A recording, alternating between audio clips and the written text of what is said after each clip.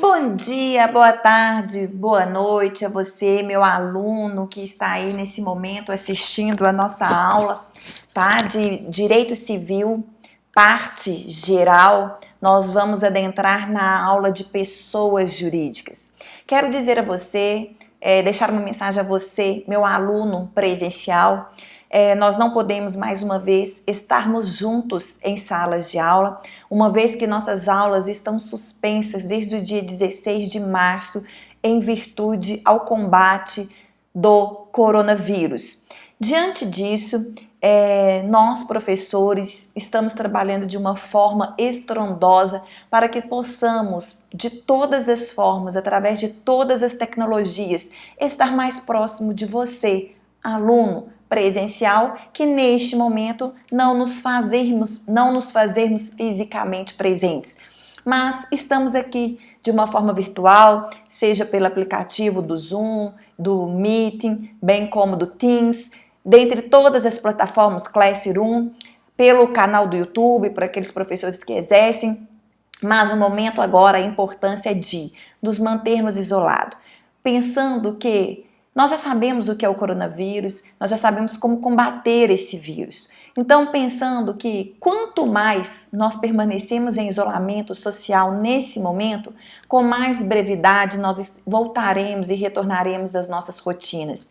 Então, turma, meus queridos, eu peço vocês, tá? Para que se cuidem das pessoas que estão em posição de risco, para que mais rápido possível nós voltemos às nossas rotinas, as nossas vidas, a nossa realidade, assim seja. Então, turma, se cuidem, tá? Se cuidem. Aos meus alunos virtuais que me seguem, vai ser um modelo de aula diferente, tá? Porque eu resolvi compartilhar com vocês os meus slides que eu utilizo em sala de aula, uma vez que essas aulas serão aulas remotas e aulas excepcionais, no sentido aí de estar realizando a não aula presencial, mas uma aula remota para levar o conteúdo até o meu aluno presencial. Porque, mais uma vez, não se esqueçam, a educação não pode parar. É essa tecla que eu estou batendo com senhores e senhoras a todo momento. A educação não pode parar. Então, nesse momento, quando você estiver assistindo essa minha aula pelo meu canal do YouTube, tá? Que você possa compartilhar o canal, que você possa dar print nessa tela e postar no seu Instagram e me marcar @profdanielamatar com a hashtag Educação Não Pode Parar. E que nós possamos continuar juntos e levando o conteúdo, levando o conhecimento a todos. Turma, então olha só, para os alunos ainda que não assistiram, vocês têm material aí, tá? Basta ir então na minha playlist Direito Civil, parte geral, pessoas e bens, que vocês vão encontrar tudo aquilo que nós já falamos nessas aulas passadas. A nossa última aula foi sobre os direitos de personalidade e finalizamos a aula na semana passada falando sobre nome. Adentramos hoje então nas pessoas jurídicas, tá? Bom, o que eu tenho para falar para os senhores a respeito da pessoa jurídica? Nós vimos que pelo artigo do Código Civil, toda pessoa tem direito a deveres e obrigações. E nós nos arguímos, que pessoa é essa que tem direito, deveres e obrigações? E então nós falamos que poderia nós estarmos diante da pessoa natural, bem como da pessoa jurídica. Estudamos tudo já sobre a pessoa natural, quando ela adquire personalidade civil, quando há a sua extinção da sua personalidade civil. Fizemos a diferença entre personalidade civil, bem como a capacidade. Falamos sobre os absolutamente incapazes, sobre os relativamente incapazes. Falamos sobre a maioridade ou a capacidade plena. Logo em seguida, passamos para o artigo 5º do Código Civil, quando nós trabalhamos com a emancipação. Em seguida, desenvolvemos o artigo 6º e o artigo 7º do Código Civil, quando nós falamos a respeito da morte. Extingue-se a pessoa natural com o evento morte, e a morte pode acontecer de forma real como de forma presumida. Então, Vimos que no artigo 6º do Código Civil, na primeira parte, tratamos da morte real. Na segunda parte do artigo 6º, tratamos sobre a morte presumida com declaração de ausência. Falamos então dos ausentes. Ausentes é aquele que encontra-se em lugar incerto e não sabido. Passamos para o artigo 7º, aonde então nós falamos sobre a morte presumida sem decretação de ausência quando nós estamos adiante dos desaparecidos.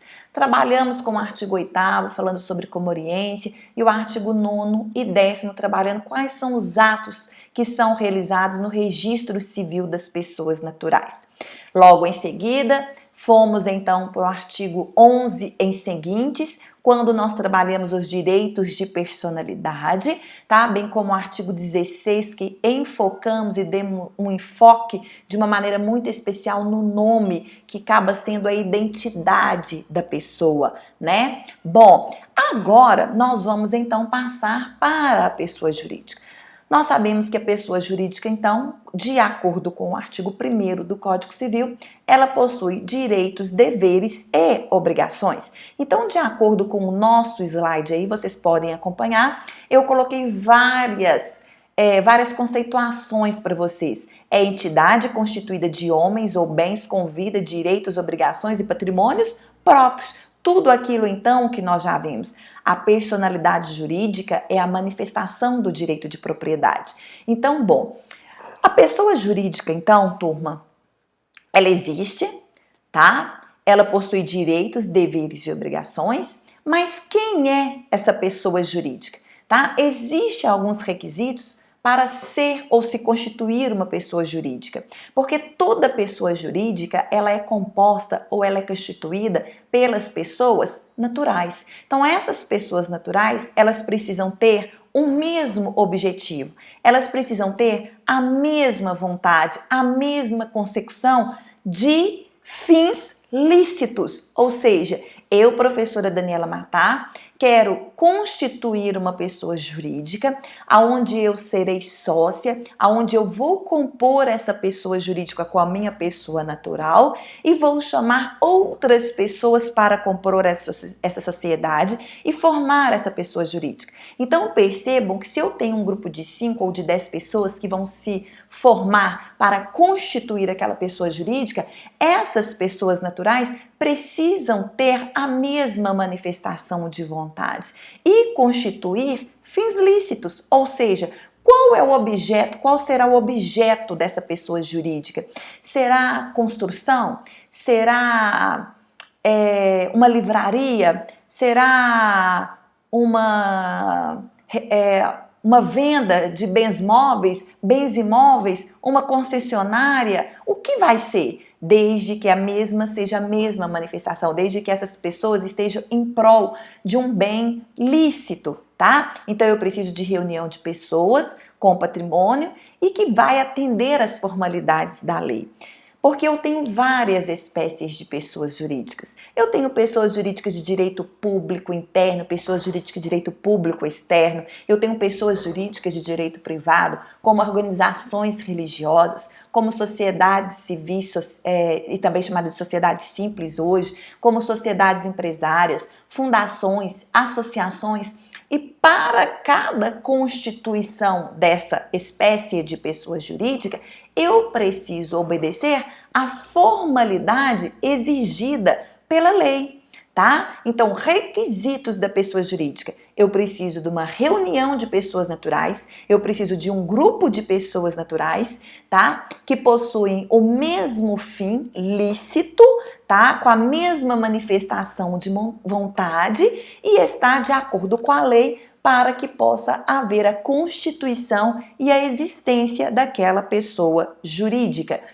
Então, da mesma forma que nós vimos qual é a natureza jurídica das pessoas naturais em relação à personalidade civil, e aí nós temos a teoria natalícia, nós temos a teoria concepcionista, nós temos a teoria condicionada à personalidade, nós temos também teorias acerca da constituição da pessoa jurídica. Então, os doutrinadores, tá? Eles trazem para nós 3 teorias. Teoria negativista. Não existe pessoa jurídica. Existe um patrimônio, mas sem sujeito. Então, veja, esse é um tipo de teoria que ela não pode prosperar no nosso ordenamento jurídico. Como que nós vamos ter uma fundação? Como nós vamos ter uma associação, pessoas jurídicas de direito privado? Como eu terei pessoas jurídicas de direito público que possuem patrimônio, tá? Mas não existe a pessoa jurídica. Existe apenas um patrimônio sem sujeito. É difícil, tá? Então eu tenho também a teoria afirmativista. Essa teoria afirmativista é que o Código Civil adota, afirma que a pessoa jurídica possui existência. Então existe pessoa jurídica, diferentemente da teoria que nós acabamos de ver, que é a teoria negativista, que reza que não existe pessoa jurídica, existe um patrimônio lá isolado. A teoria afirmativista ela já vem em sentido oposto. Existe pessoa jurídica sim, e ela tem interesses próprios.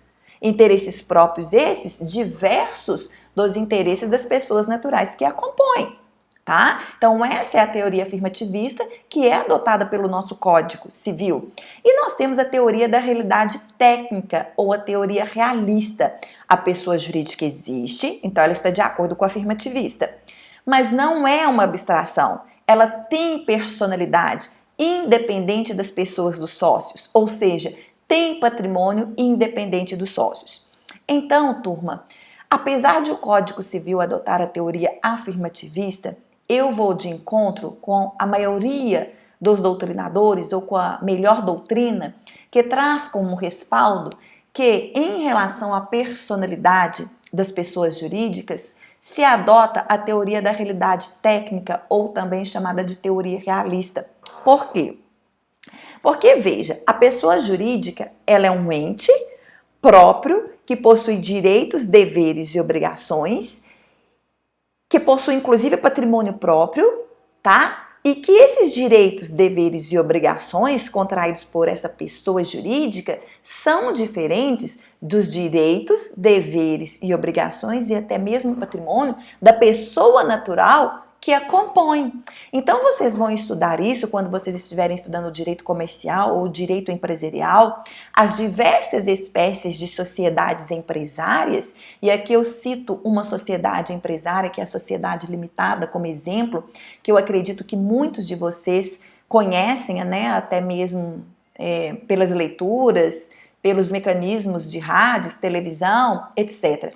Então percebam, quando eu estou diante de uma sociedade limitada, que é uma pessoa jurídica, que possui personalidade jurídica própria, direito próprio, deveres próprios, obrigações próprias, inclusive patrimônio próprio, que são todos esses direitos, deveres e obrigações e patrimônios que eu acabei de dizer, diferente da pessoa natural que a compõe.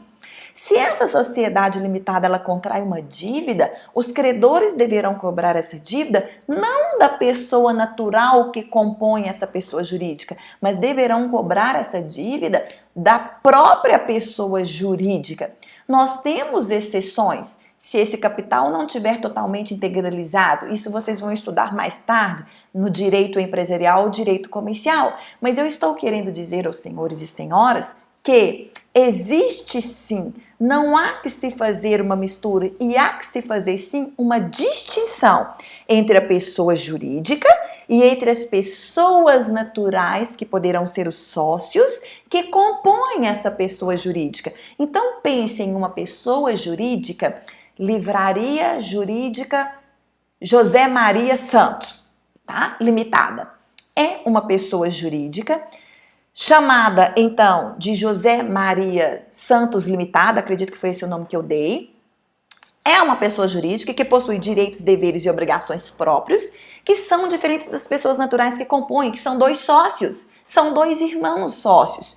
Então, José, tá? Ele tem, então, o seu patrimônio, o seu dever e sua obrigação enquanto pessoa natural, e a sua irmã, Maria, tá? Que é a sócia de José, que compõe a pessoa jurídica José Maria Santos, tá bem? Que possui também. De repente, José, uma pessoa natural, possui muito mais direitos, muito mais patrimônio do que Maria, que é a sua irmã, tá? Mas qual é o patrimônio jurídico dessa livraria? é um patrimônio, essa pessoa jurídica é dotada de direitos, deveres, obrigações e patrimônios distintos dos direitos, deveres e patrimônios das pessoas naturais que a compõem, tá? Então, por isso, eu vou de encontro à teoria da realidade técnica e também chamada de realista, que, a meu ver, comungando com a melhor doutrina ou com os doutrinadores majoritários, é a melhor teoria acerca da personalidade jurídica das pessoas jurídicas, tá, turma? Então, a pessoa jurídica, ela existe, ela possui personalidade jurídica, ela possui direitos, ela possui deveres, elas possuem obrigações e patrimônio próprios, distinto das pessoas naturais que a compõem. Tudo bem? Sim? Podemos seguir? Bom, então eu trouxe para vocês. Como então que inicia a existência da pessoa jurídica, tá? A pessoa jurídica, para que possa existir para o mundo jurídico, para que ela possa existir juridicamente, ela precisa, então, estar de acordo com a lei, tá? Ela precisa ser constituída de acordo com a lei.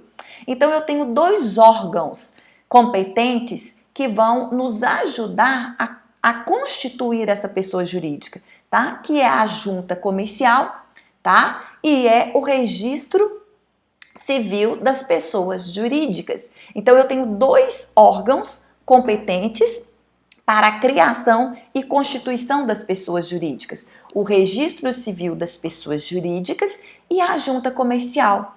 Todas as vezes que nós estamos diante das sociedades empresárias, elas serão constituídas através do órgão competente junta comercial. E todas as outras pessoas jurídicas de direito privado, excluindo as sociedades empresárias, elas serão constituídas e criadas através do órgão competente Registro Civil das Pessoas Jurídicas. Quando as pessoas naturais que vão compor essa pessoa jurídica se destinam a ir de encontro à junta comercial ou ao registro civil das pessoas jurídicas, tá bem? Para que possam constituir essa pessoa jurídica, elas vão realizar essa constituição através de um ato constitutivo, tá? Constituição, ato constitutivo. Esse ato constitutivo, ele se faz através de um estatuto ou através de um contrato social. Bom, turma, contrato social e estatuto, na verdade, acaba sendo palavras sinônimas. Então, nada mais do que um ato constitutivo, um documento, tá? Redigido, escrito pelas pessoas que vão compor aquela pessoa jurídica, então, portanto, pelas pessoas naturais, delimitando qual é a razão social, qual é o nome empresarial e social daquela pessoa jurídica, quem são os sócios, há sócios minoritários, há sócios majoritários, o que cada sócio contribuiu como entrada, como capitalização para a constituição daquela pessoa jurídica. Foi em bens? Foi em bens móveis? Foi em bens imóveis? Essa pessoa jurídica, ela será uma pessoa jurídica de pessoas, de capital? Ela vai ficar no mercado por prazo indeterminado, por prazo determinado? Qual é o objetivo dessa pessoa jurídica? Quais são seus fins lícitos dessa pessoa jurídica? Então, na verdade, o contrato social ou o estatuto nada mais são do que atos constitutivos que são levados, então, ao registro civil das pessoas jurídicas, bem como à junta comercial, se nós estamos diante das sociedades empresárias, para que possam, então, validar a existência da pessoa jurídica no nosso ordenamento jurídico. O contrato social, ele é utilizado para sociedades e o estatuto, ele é utilizado como, por exemplo, para associações, fundações, para as cooperativas e tantas outras pessoas jurídicas de direito privado que daqui a pouco nós vamos citar, tá bem? Bom, é importante também falar para os senhores o seguinte, que o registro da pessoa jurídica, ele é um ato constitutivo e o registro da pessoa natural é um ato declaratório. Eu já disse isso em sala para os senhores. Um ato declaratório é um ato que apenas declara. Um ato constitutivo é aquele que, além de declarar, ele modifica o estado. Ele extingue, ele modifica, ele conserva ou ele cria novos direitos. Então, aquele exemplo que eu sempre utilizo com os senhores em sala de aula, tá? Se eu tenho Juninho com 5 anos de idade, que vai ajuizar uma ação de investigação contra o seu suposto pai, devidamente representado pela sua mãe. Faz-se o DNA, o juiz então vai declarar naquela sentença de que, através do exame de DNA, o suposto pai realmente é o pai de Juninho. Então veja, a sentença é declaratória, o registro da pessoa natural é declaratório. Por quê? Porque o pai, ele não vai passar a ser pai quando do exame de DNA e quando da prolação da sentença declaratória do Poder Judiciário. Mas ele é pai desde o nascimento. Efeito ex tunc, retroage. Então, o registro da pessoa natural é declaratório com efeitos ex tunc, retroage ao passado, retroage ao nascimento. Já o registro da pessoa jurídica é um registro constitutivo. Por quê? Porque a partir do momento que essa pessoa jurídica está sendo criada, constituída, diante do órgão competente, seja pela junta comercial ou pelo registro civil das pessoas jurídicas, é a partir daí que ela cria, que ela conserva, que ela extingue ou que ela modifica direitos. Ela nem existia. Tá certo? Então isso aqui, olha, deixa um recado para os senhores, isso já foi objeto de prova da OAB. Então não se esqueçam disso, o registro da pessoa jurídica é constitutivo, enquanto que o registro da pessoa natural, ele é meramente declaratório. Seguindo, turma, seguindo, tá? Então vocês já sabem que para a pessoa jurídica existir, tá? E ela ter personalidade jurídica, ela precisa estar inscrita com seu ato constitutivo no órgão competente. Mas existem algumas pessoas jurídicas, tá? Que são chamadas de pessoas jurídicas despersonalizadas, ou sociedades despersonalizadas, ou sociedades em comum. O que são sociedades em comum ou sociedades despersonalizadas? São sociedades que não possuem personalidade jurídica. Dani, por que elas não possuem personalidade jurídica? Não possuem personalidade jurídica porque não teve o seu ato constitutivo inscrito devidamente no órgão competente. Então eu tenho duas espécies de sociedades despersonalizadas, de sociedades que não tiveram o seu registro devidamente realizado no registro civil das pessoas jurídicas ou na junta comercial. Elas são chamadas de sociedade de fato ou sociedade regular, tá? Então, olha lá, qual é a consequência da ausência de registro? O não reconhecimento do ordenamento jurídico. Elas não existem, tá? As pessoas jurídicas que não possuem registro, elas não existem no mundo jurídico. E isso traz uma série de consequências. Por exemplo, se eu tenho uma pessoa jurídica que ela existe de fato, eu passo na rua, eu até vejo o estabelecimento empresarial dela, mas se ela não tem o seu ato constitutivo, tá, inscrito no órgão competente, por exemplo, ela não pode participar de uma licitação, por exemplo, ela não pode pedir a decretação da falência de seu devedor. Então nós temos várias consequências, tá? E elas são chamadas, então, de sociedades despersonificadas ou não personificadas. E aí eu tenho duas espécies, sociedade em comum, tá? Que ela se divide em sociedade regular e sociedade de fato. Então, a sociedade em comum, que são sociedades não personificadas, que são sociedades despersonalizadas, eu tenho a sociedade regular e sociedade de fato. Há vários doutrinadores que não fazem diferença entre uma sociedade de fato para uma sociedade irregular, tá? A sociedade irregular é aquela que eu tenho até o ato constitutivo.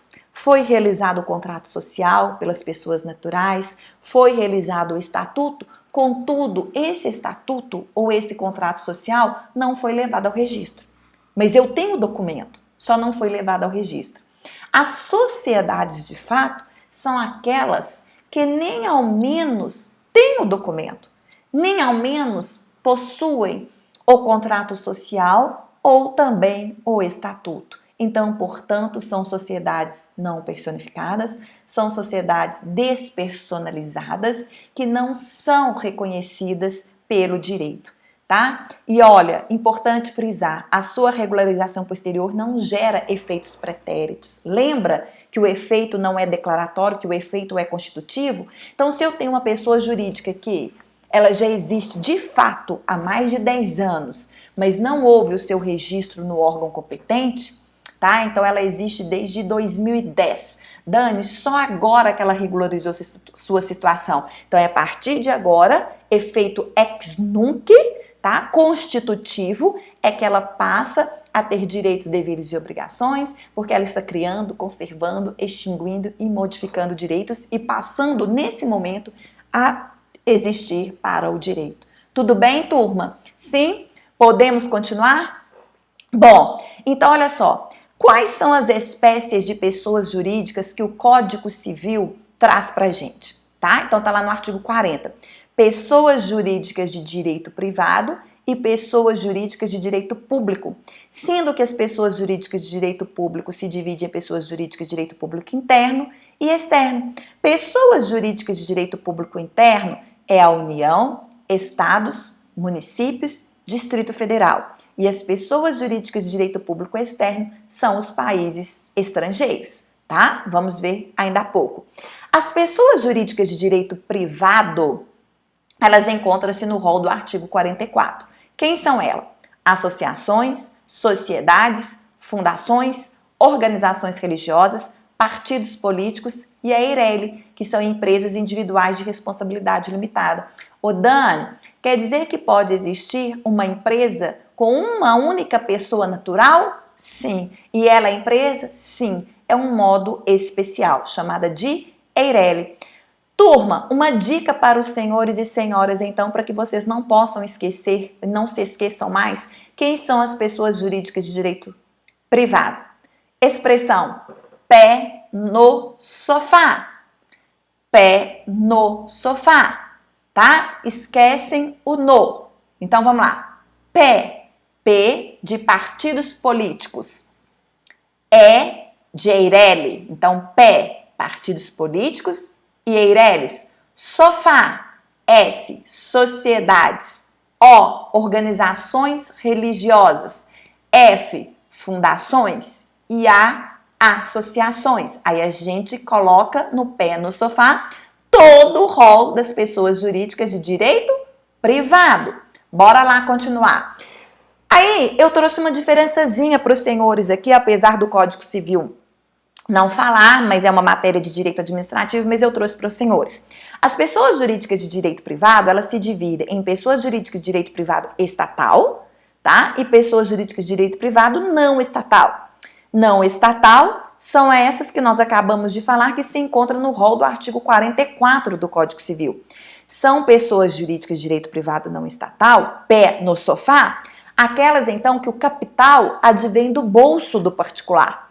É o particular, é a pessoa natural que coloca aporte, que coloca dinheiro, que coloca capital, que coloca bens para a criação e constituição daquela pessoa jurídica de direito privado, tá certo? E as pessoas jurídicas de direito privado estatais, elas são estudadas no âmbito do direito administrativo. São aquelas que o aporte vem do governo, por exemplo, empresas públicas, tá?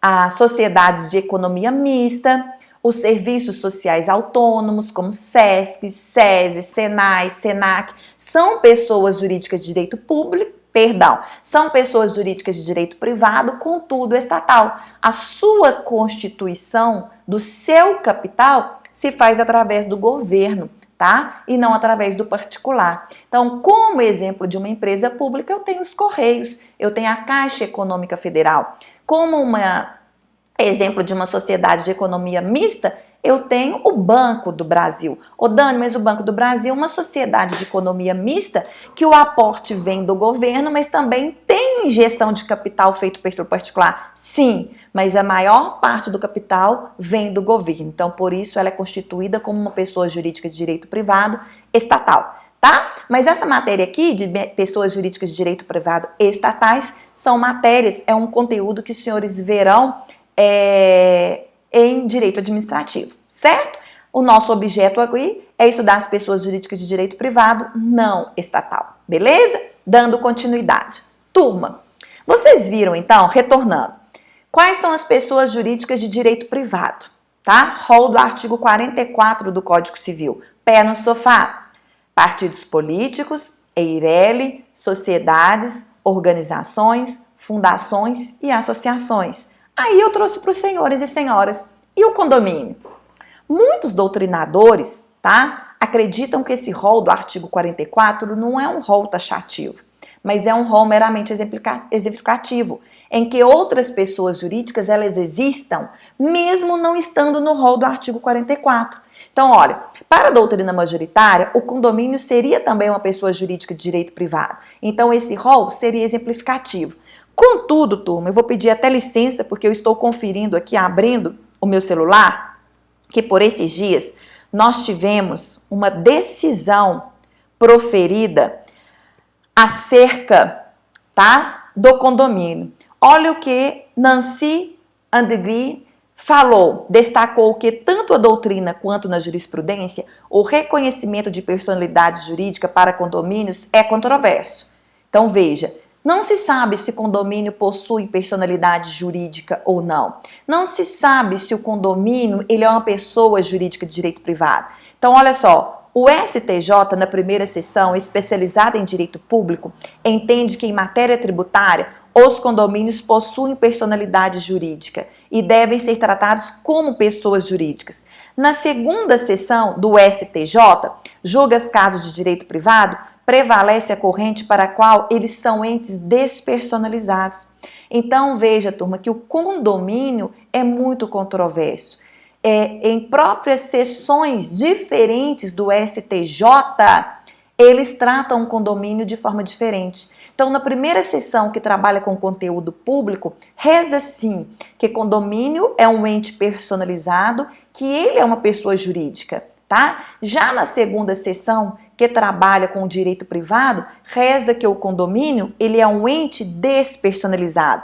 A ministra Nancy ressaltou que o condomínio não é titular das unidades autônomas, tampouco das partes comuns, as quais pertencem exclusivamente aos condôminos. Então, como nós não estamos trabalhando com o direito público, mas nós estamos trabalhando com o direito privado, tá? Apesar de eu trazer para vocês aí nos slides o apontamento da doutrina majoritária de que o condomínio é um ente personalizado, que ele possui personalidade jurídica e ele é uma pessoa jurídica de direito privado e que o rol do artigo 44 seria meramente exemplificativo, nós temos uma decisão que foi proferida recentemente pelo STJ na turma de direito privado e a ministra Nancy ressalta de que o condomínio não é pessoa jurídica, que ele é um ente despersonalizado e que as partes comuns do condomínio pertencem aos condôminos. Então, isso pode ser uma questão de prova aberta para os senhores quando estiverem fazendo uma questão de concurso. Então, tomem cuidado com isso. O que pensa a doutrina majoritária e qual é o entendimento atual dos tribunais. Ok, turma?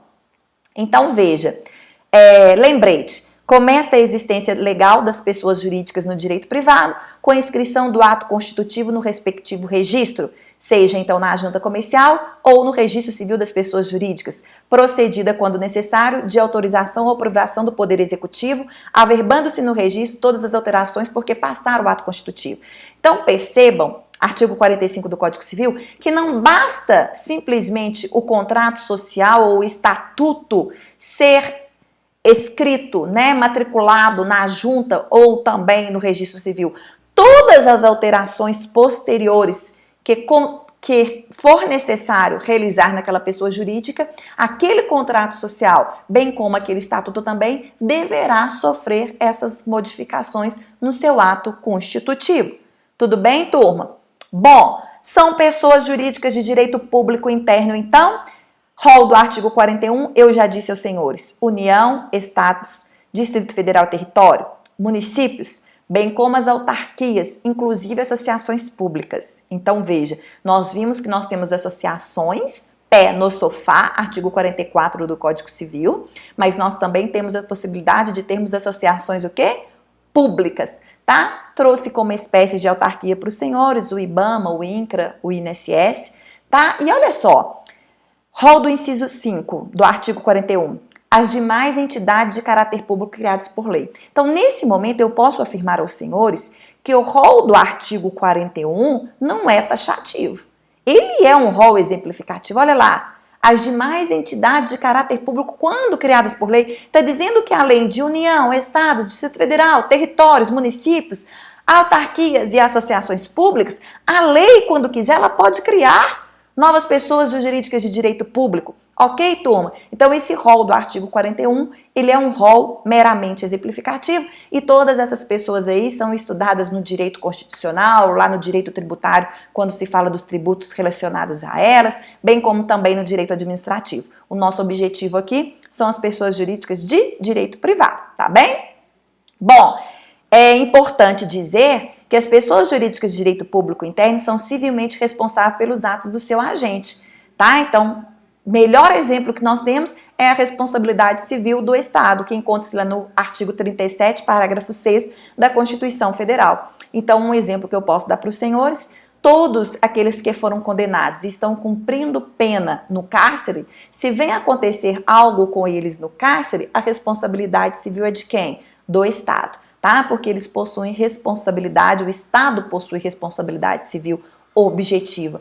É apenas um adendo que eu estou falando para os senhores sobre isso, porque nós temos uma matéria a esse respeito que é sobre responsabilidade civil. Então, se você quer saber mais sobre responsabilidade civil, você pode também procurar na minha playlist do meu canal do YouTube, Prof. Daniela Matar, que vocês vão encontrar, então, uma playlist sobre responsabilidade civil e aí vocês poderão ver algo que eu esteja falando sobre isso. Tá bem? Vamos dar continuidade aqui às pessoas jurídicas.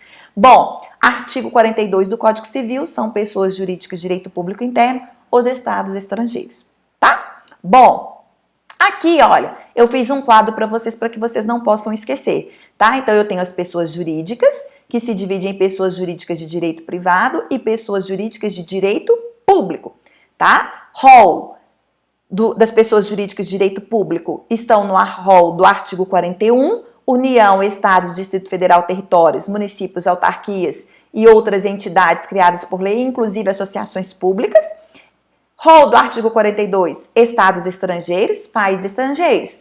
Pessoas jurídicas de direito privado. Eu tenho as pessoas jurídicas de direito privado estatais, tá? Empresas públicas, sociedade, economia mista e serviços autônomos. E eu tenho as não estatais, que encontram-se no rol do artigo 44, objeto do nosso conteúdo.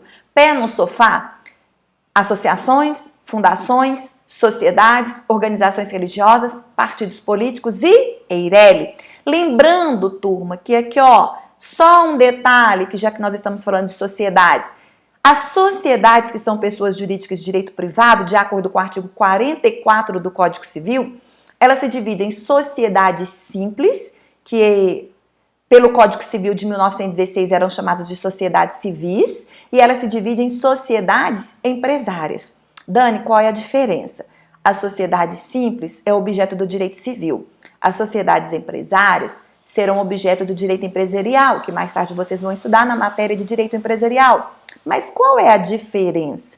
Tá? É que as sociedades empresárias exercem a empresariedade. Então, elas exercem uma atividade econômica organizada empresarial, que tem que ter os 4 fatores de produção: mão de obra, insumos, tecnologia e capital, o que não acontece nas sociedades simples.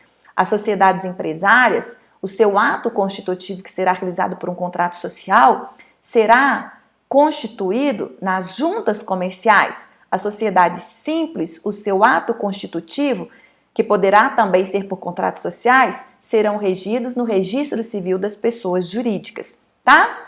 Como nós temos sociedades que vocês viram que não existem no mundo jurídico porque não foram constituídas nos órgãos competentes, elas são chamadas de sociedades despersonalizadas ou não personificadas, chamadas de sociedades em comum, que poderemos ter a sociedade de fato e a sociedade irregular. Sociedade regular, então, ela é uma sociedade não personificada, que ela possui o seu ato constitutivo, mas ele não está regular no órgão competente. E eu tenho a sociedade de fato, que é uma sociedade não personificada, despersonificada, tá? Não possui personalidade jurídica e nem sequer possui o seu ato constitutivo.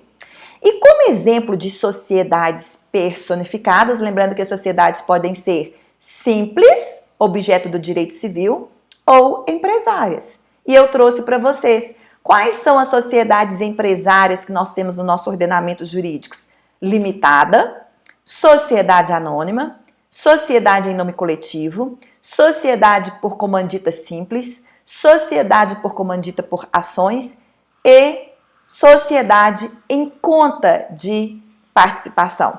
Só um detalhe, olha aqui, ó, cuidado.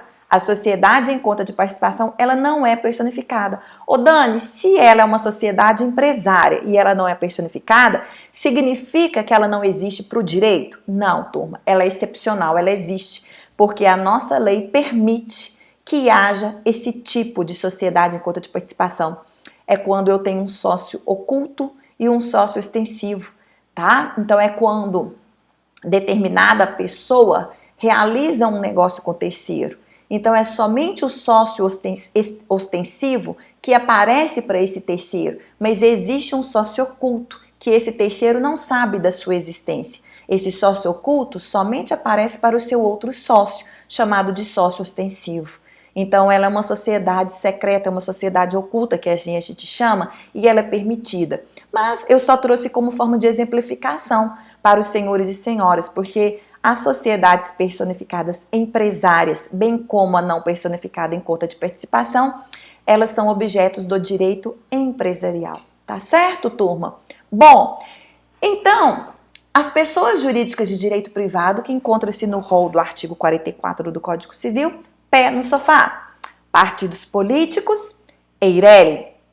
Partidos políticos encontram-se ali no rol do artigo 14 a 17 da Constituição Federal. Elas serão objetos do estudo no direito constitucional.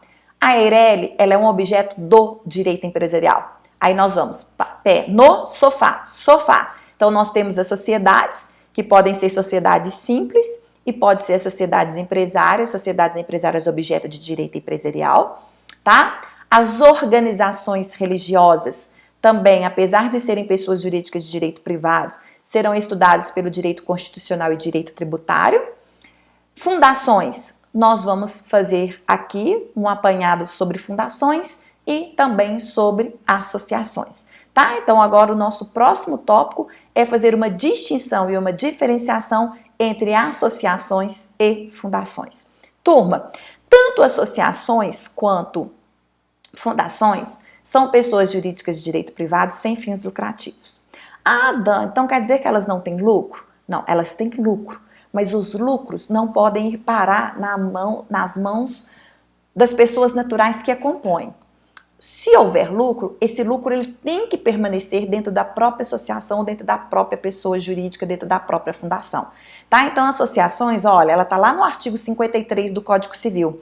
São organizações sem fim lucrativo, que, em regra, ela tem como fim lícito fim cultural, religioso, recreativo, tá? Não possuem fins econômicos. Então, olha, pode até dar lucro, desde que seja revertido para a própria associação, tá? A associação pode desenvolver atividade econômica, desde que não haja finalidade lucrativa. Essa finalidade lucrativa é a sobra do dinheiro, é a sobra do capital para vir parar no bolso das pessoas naturais que a compõem. Aqui em Divinópolis, na minha cidade, eu falo na minha cidade porque eu tenho vários alunos virtuais, principalmente do Nordeste. Nós temos uma associação, a ASCAD, Associação dos Catadores de Papéis, que é uma associação muito forte, né, sem nenhum tipo de fins lucrativos. Então veja, as associações são formadas por um grupo de pessoas que reunidas procuram atingir um fim determinado. As associações não visam lucro. Em geral, possuem características de função assistencial, social, ambiental. Ela é movida por um estatuto, que é feito através e ele rege a sua organização, o seu funcionamento. Tá bem? Bom, as fundações encontram-se no artigo 62. Elas também não possuem fins lucrativos, mas elas têm diferença das associações, tá? Porque nas associações eu tenho os associados, eu não tenho sócios, eu tenho associados que estão ali em prol de um objetivo comum, seja ele recreativo, religioso, educativo, tá? A associação, quando ela é criada com uma finalidade específica. Se essa finalidade específica se extinguir, essa fundação ela também tem que terminar, ela tem também que se extinguir. Então a fundação também, ela não tem proprietário, ela não tem sócio, ela não tem titular. Ela tem uma pessoa, tá? Que poderá ser o reitor, que poderá realizar todo aquele funcionamento, toda aquela organização. E ela, obrigatoriamente, ela tem que ser criada através de uma escritura pública, atos intervivos, ou através de um testamento. Então, por exemplo, nós temos a Fundação Ayrton Senna, que ela foi criada através de um testamento, onde o próprio Ayrton Senna, ele destinou um capital da sua herança para que fosse criada uma Fundação Ayrton Senna sem fins lucrativos. Nós temos a Fundação Xuxa Meneghel, que é uma fundação feita por um ato intervivos, que é através de uma escritura pública. Então, toda a fundação, ela advém por um ato intervivos, escritura pública, ou por um ato causa mortes, através de um testamento, tá? Que destina a criação, então, daquela fundação. E, além disso, olha, tem que especificar o fim a que ela se destina. Além disso, tá? Eu vou ter essa figura do instituidor ou do reitor que vai fazer o funcionamento, que vai traçar as diretrizes de organização dessa fundação, tá? Mas olha aqui, eu tenho como um órgão responsável em acompanhar e fiscalizar essa fundação, que é o Ministério Público. O Ministério Público é imprescindível, então, a sua presença. É órgão responsável por acompanhar a constituição de uma fundação, seja através de uma escritura, seja através de um testamento, tá? Não se pode, então, criar uma fundação sem que se passa pela aprovação através do Ministério Público. Então, veja, as fundações são criadas com o intuito de administrar objetivos e fundamentos. As fundações são entidades do direito privado que possuem fins filantrópicos e personalidade jurídica, tá? Ela tem um instituidor, que poderá ser uma pessoa física e até mesmo uma pessoa jurídica que direciona toda a fundação. O Ministério Público atua como fiscal da lei, tá? E ele, então, nesse momento, ele tem que fiscalizar e averiguar toda essa criação e constituição e andamento dessa fundação. Como que essa fundação será extinta? Então veja, se tornar ilícita, ou seja, porque o fim tem que ser lícito. Se o objeto torna-se ilícito, tem que haver o fim, tá? Se torna impossível ou inútil a finalidade para a qual ela foi criada. Então veja, o Ayrton Senna deixou um capital para que pudesse ser constituída a Fundação Ayrton Senna. Mas o capital que ele deixou, ele tem que ainda ser gerido pelo seu instituidor, porque senão pode vir a acabar, tá? Porque pode não ter mais verbas de destinação para aquela fundação. Então, todas as vezes que a fundação torna ilícita a sua atividade, impossível ou inútil, tá? Ou ela foi criada por prazo determinado e esgotou-se o prazo, acaba então a sua existência, tá certo?